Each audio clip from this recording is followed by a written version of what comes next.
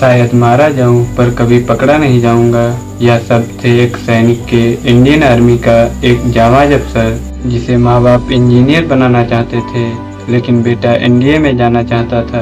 एक अफसर जो एनडीए का फिजिकल क्लियर होने से पहले ही अपने हॉस्टल के कमरे को ताला लगा देता है। एक अफसर जो आतंकियों का भेष बदलकर आतंकी कैंप में रहता है और चाय की चुस्कियों के बीच आतंकियों को यूं निपटाता है कि उन्हें हवा तक नहीं लगती।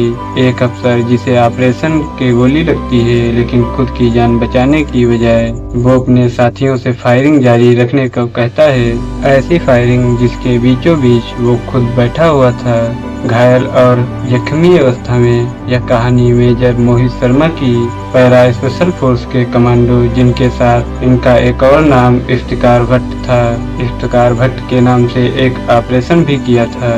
ऑपरेशन इफ्तिकार भट्ट क्या ही था। कहानी मेजर रोहित शर्मा की जानेंगे इस वीडियो में। एप्पल टाउन ऑफ कश्मीर कहे जाने वाली सोपायन साल था 2000 का और महीना था मार्च का। शाम का वक्त था और ढलती सूरज की किरणें एक छोटी सी खिड़की से होते हुए एक कमरे में आ रही थी। कमरे में दो आतंकी थे, अब्बू सबराज और अब्बू तोरारा। दोनों कोई मामूली आतंकी नहीं थे, हिजबुल के छटे हुए आतंकी थे। कहा जाता था कि अगर किसी को बंदूक उठानी होती तो वह इनसे ही कांटेक्ट करता। बहरहाल हाइड आउट में कुछ दोनों बातें कर रहे थे।